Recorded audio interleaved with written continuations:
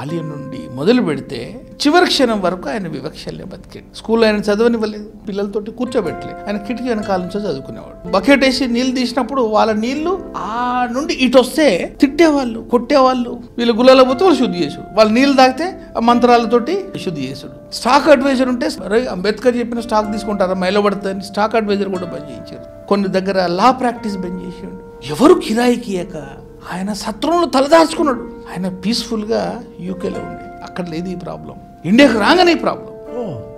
ఎంత దౌర్భాగ్యం చూడండి, ఎంత మనిషికి బాధ ఉండాలి. ఆయన వల్ల ఖాళీగా అలసిపోయాడు ఆయన. ఫైనల్గా బ్రాహ్మణిజం ఆయనను ఇంత పైశాచికంగా ఈ సమాజాన్ని నాశనం చేసేంత వరకు హిందూయిజానికి వ్యతిరేకం కాదు. సో మరి ఎందుకు బుద్ధిజంలోకి పోయిండు అంటే ఆయన అలసిపోయాడు. చదువుకున్న అంబేద్కర్ గారు ఎంత గురైండంటే చదువుకున్న ఒక వ్యక్తి ఎంత గురై అంటారు మీరు ఒకటి గమనించండి.